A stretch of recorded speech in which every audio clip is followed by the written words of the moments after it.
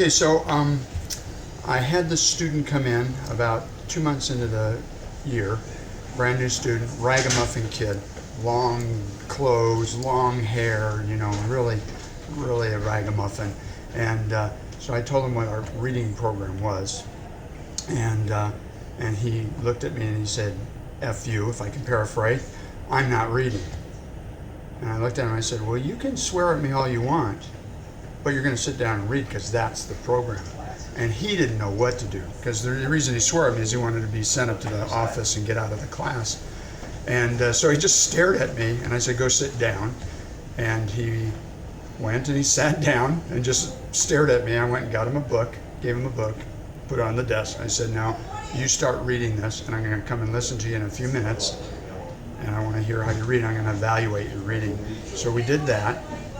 And I said, "You continue to read this book, and when you're done, you're going to take a test on the computer, 10 questions. If you have read that book, you'll probably pass the test, if not the first time, the second time." So he did it because he didn't know what else to do with me.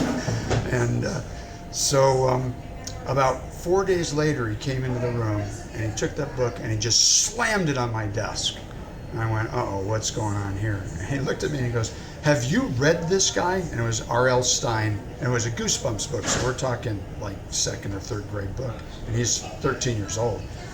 And I said, "Well, I know R.L. Stine, sure, I know all about him and stuff." He goes, "This was great." And I said, "Good, go take the test." Took the test, he didn't pass it the first time, studied the book that night, passed it the second time. So I gave him another R.L. Stine book, and this time he came, read it, took the test, got 100%. He came up to me, he said, "I've never gotten 100% before."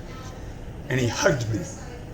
And it was just, it was worth it. It was worth taking a little risk not to send him to the office in the first place. And then after that, he moved. He was gone. Another 3 weeks, he was gone. My school was the 17th school he had been to by the time he was 13 years old.